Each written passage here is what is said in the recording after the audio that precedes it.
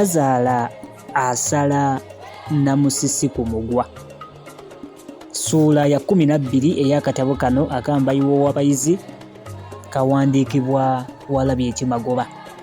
Era nga tutambula nako essuula eno twagikomya mu makkati ku mulundi guli we twali tusoma episode ewedde, wennyini we tugenda okutandikira we twakoma.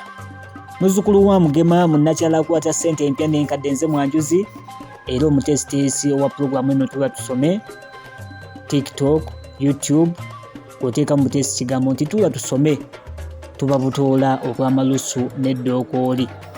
Tukyagenda mu maaso. Oba Walabye Kimagoba yakawandiika osobola omuwagira otya bw'ogula copies ez'enjawulo ez'obutabo buno osomeko, osuubulira abaana basomeko, gulira omuntu yenna gw'oyagala omuwa asome, kalimu ebyokuyiga bingi ddala. Kamutema bwe kaava mu katale kajja kalanduka na kiseffuliya ekikadde kye kalonda eyo, ne kajja nga kakinyoola nga kavuma ng'emmotoka basimanyi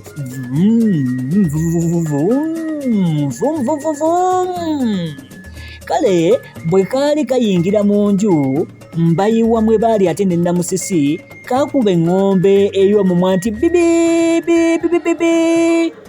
Kale Mbayiwa olwakalabako yakaboggolera lutali luno nti ddayo mangu. Kano nno nako ke kanyumiza nnyaabwe nga bwe kasanze omuwala akaabira ewa Mbayiwa. Naye ate bwe byamugwa mu kutu yayagala alabe ekiguddewo.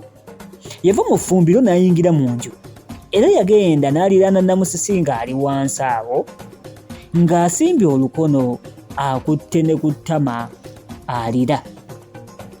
Ndi kuno yasooka n'asoberwa engeri gy'atandika okumubuuza ogubadde, okutunula ku mutabani we ng'ali awo atunula gubya ng'omusajja akubagiza. Yeevaamu n'amubuuza nti mwana wange mutawaana ki? Ate n'akwata Namusisi ku mukono gwe ogwa kkono n'amugamba nti kale jange eno ebweru nsindire ku nnaku yo. Oli mukazi nange ndi mukazi, ennaku yo nja kugitegeera. Bombi baafuluma ebweru ne batandika okwogeraganya.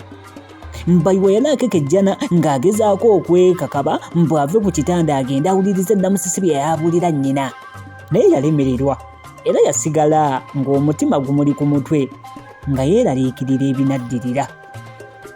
Namusisi yasooka n'ayogera. Namusisi yalonda akati akaali awo ku bbali n'atandika okukafumitaafumita mu ttaka, n'alyoka yeevaamu n'agamba nti oyo yali mulenzi wange.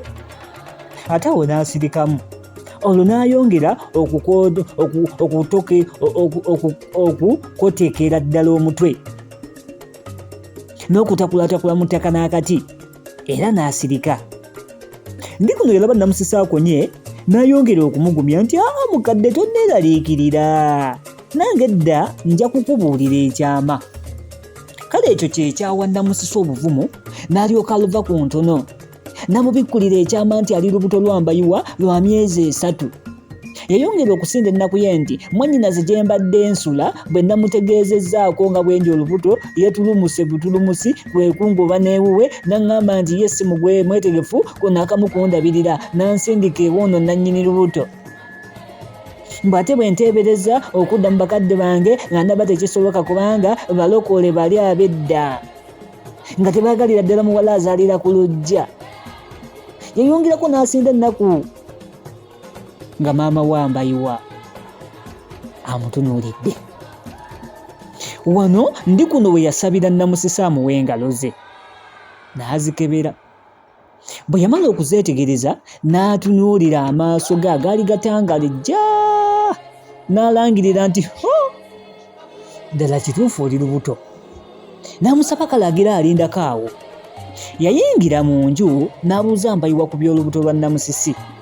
Yasooka kupalapalanya. Awo nnyina we yamubuuliza nti omuwala abadde wano omumanyi?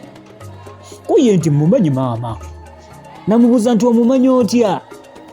Koye nti maama nti naye mumanyi ntya? Mumanyi ng'abawala abalala bwe mbamanyi. Ondi kuno nti omuwala oyo si muganzi wo? Ko Mbayiwa nti yaliko. Ko nnyina nti wamukyawa oba akwesibako? Kooli nti tanneesibaako. obubuuzo bwa maama bwe bwaggweera nga Mbayiwa akkiriza nti ye nannyini lubuto. Kyokka yategeeza nnyina nti ye talina ssente za kulabirira olubuto yadde omwana ng'azaaliddwa. Nnyina yaseka busesi. Era yalagira Namusisi ayingire eno gye bali, naye teyeekunya n'ajja. Si ku lwisi eyo abimufuuye nti Mbayiwa akkiriza nti olubuto lulwe. Bannange ne ndyoka nkulabira essanyu lyandi kuno. Wazira Mbayiwa ye nga tasanyuka ng'alaba obuvunaanyizibwa bwatetegekedde buyingidde. Si ku lwisi eyo maama wa Mbayiwa yeeyanjulidde Namusisi nti nze ndi kuno, Eva ndi kuno. Yamugamba bw'atyo, yamugamba nti munnange nze ndi kuno, Eva yennyini ndi kuno maama wa Mbayiwa. Ekyaddirira awo ate sikulamusiganya. Era wano Namusisi we yagambira ndi kuno nti mukadde wange tonsaze kumugwa, tuba kubeerawo yandinneegaanye. Abalenzi ba leero naawe bamanyi maama, ate naddala abeene e Kampala. Ndi kuno okuzikiza oluyiira, yeebaza Mbayiwa nti weebale kundeetera mukamwana omulungi ng'ono. Mbayiwa yali talaba kyakuddamu ne yeewuunya nti naye maama, nti mukamwana twayanjudde, baatugasse kunyina nti ebyo nno bijja kujja oluvannyuma. Ekyeggulo baatirya na ssanyu, wabula Mbayiwa ye eyakiriira mu kitanda nga tebiri bulungi. Obwokwebaka bwe bwatuuka, Mbayiwa n'asoberwa nga tamanyi gy'anajja byakwalira nnyina kubanga yali tagulangayo yadde kabulangiti akamu bwe kati ak'abagenyi. Newankubadde nga Namusisi yali yamukubiriza dda, naye ng'awuza jjojjoozi. Ekirungi ndukuno ne Mbayiwa buli omu yalina engoye ze yatambula nazo. Baayiiya ne beeyalira era ne beebikka ezo. Namutema nga tebamwerabidde bambi. Namusisi yasula wansi ne nnyina, bwe wawondi kuno yali tayagala kusula mu nju y'abaana, naye ate yandisuzeewa, anti akafumbiro kaali kasirikitu nnyo. Mbayiwa yalwawo okwebaka ng'ebirowoozo biwagamidde ku kirwadde kye yali ayodde, anti yawulirako nti eriyo ekika ky'enjoka ekigumbawaza abasajja. Awo yeebuuliza nti olubuto lwa Namusisi bwe lutaabe lwa mwana wa bulenzi, olwo anaaba atuuse okuzaawa, ate nti ne bwe lunaaba olw'omuwala olw'omwana ow'obulenzi, kale amanyidde ku ki oba alikula. Olwo nno n'akeŋŋentererwa nnyo emmeeme era n'akwatibwa nnyo ennyiike. Bwe yayongera okwekebera, yenna ne yeekyawa olw'ebyo bye yalaba, ate n'ensonyi ne zimukwata. Muli n'alowooza nga yennyamidde nti yagamba nti kano si ke kabonero akandaga nga bwe nnyonoonese nnyo. Yeekubye mu mutima. Omukulu Mbayiwa ku ffujjo lyazze ng'akola, omutima gulabika gugenze gudda. Tusabe abeere ng'atereeredde ddala, waliwo okuba nga yeekangabiriza bwekangabiriza.